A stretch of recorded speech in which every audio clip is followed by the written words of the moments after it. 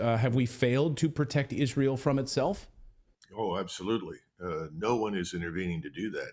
On the contrary, I would compare this to the so called blank check that was issued by the Kaiser to Vienna regarding the invasion of Serbia. That was really what sparked the second or the First World War.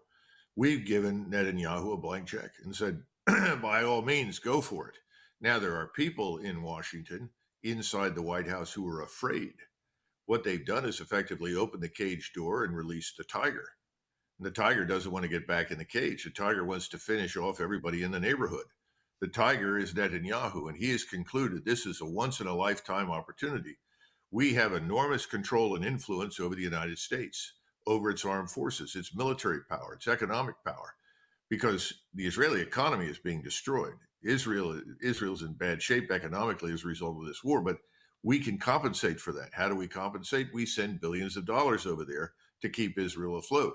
So he says this is the perfect time for us to settle accounts. We'll wipe everybody out. And there's a certain amount of arrogance assuming that no one in the region can act against us. And if they do, well, we have the United States.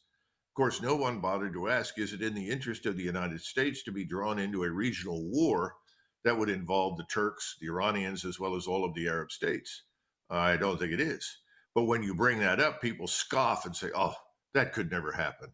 The Shiites hate the Sunnis. The Turks and the Iranians will never cooperate. The Arabs have always been poor at organizing and cooperating. Egypt has nowhere else to go. They need us. They're not going to abandon us. And frankly speaking, the keystone in the edifice of peace in the region is really Egypt. Egypt has maintained an excellent set of relations with Israel for 50 years. If Egypt defects, and that's not impossible because right now in the streets in Cairo, my contacts over there tell me that people are saying that Sisi is a tool of Israel, that he's somehow or another either an American or an Israeli puppet. Well, that's bad news for Mr. Sisi, the general, if he wants to stay in charge. And remember, the Muslim Brotherhood took over in Egypt under Obama. He went there and congratulated Mr. Morsi was the leader of the Muslim Brotherhood. Well, they were thrown out by a coup, and we all welcomed that because we were worried what that meant for Egypt. Well, remember that Hamas is an armed wing of the Muslim Brotherhood.